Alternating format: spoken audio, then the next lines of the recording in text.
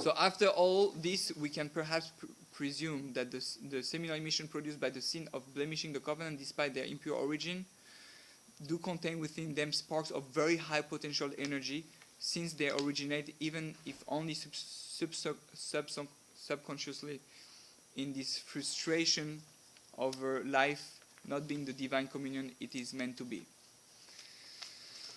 So again, it's important.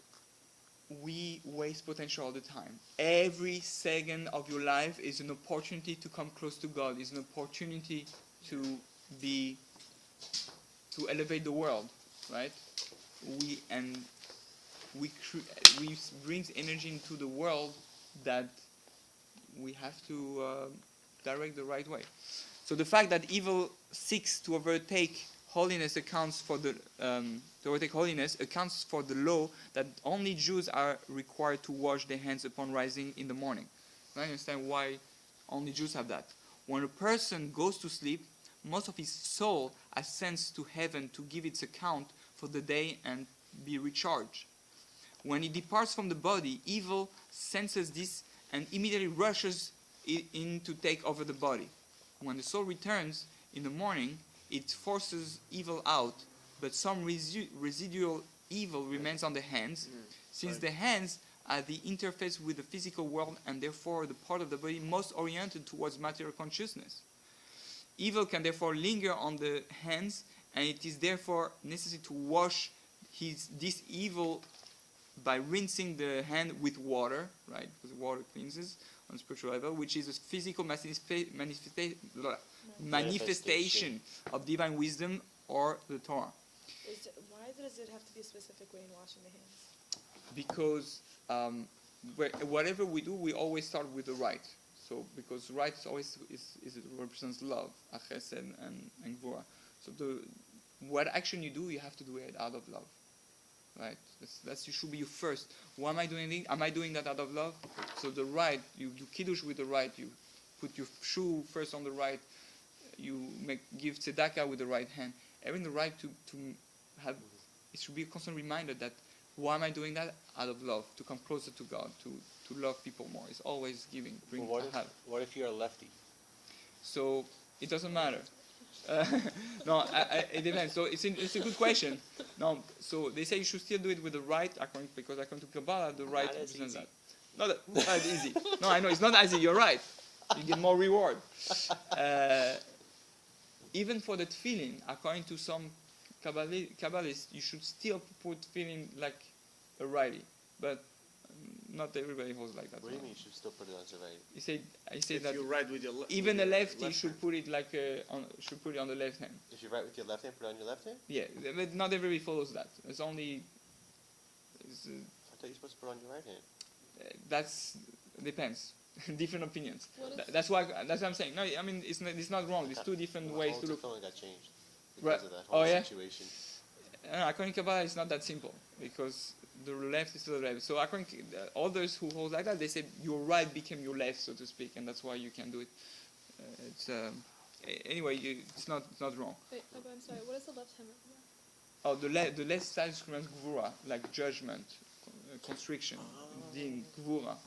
That's what they So say. You that's woke why up on the right? on your left Oh, foot. is that where that comes from? Right. Yeah. Yeah. That's where it comes from. Every See what Kabbala expression does too? to wake up from the left side of the bed, The side of judgment. or from with the left foot, put right. The whole idea is, Wow. and that's why when you tie something, you're supposed to tie with the left first. Right? We put your shoes in the morning, and you have laces for people who still have laces.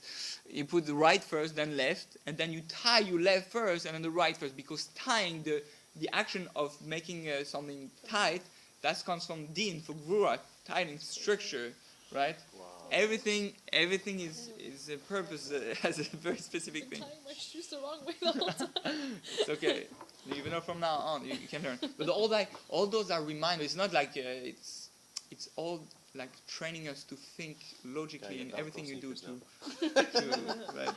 You start doing it the right way from now on. Hashem counts all the other times the right way, so you have nothing to worry. So basically, Rebbe, it's bad to be a lefty then, right? No, it's not bad. No, it's not bad. No, remember, gvura the left also gua, which is strength. Left is strength. Why? Because it says, Ezehu Gibor, who is strong? Who is strong? The one who accomplishes its host, the one who controls his yetzer. Because since the left side usually represents the weaker side, right? For the lefty or the right, but it represents the weaker side. So we're saying, that's what we put feeling on the left. I'm controlling the weaker side of me, and that's what makes me strong. That's the whole idea of Gvura on the left. We finish just that and then we're gone. Since the non-Jew soul is not, as we have explained previously, oriented toward the holy task of disseminating divine consciousness in reality, because they don't have that mission, they didn't choose that mission, but rather just toward creating a just, smoothly functioning society, evil is not so interested or attracted to the non-Jew's body when he sleeps. He's therefore not invaded by evil and does not need to wash his hands when he wakes up, right?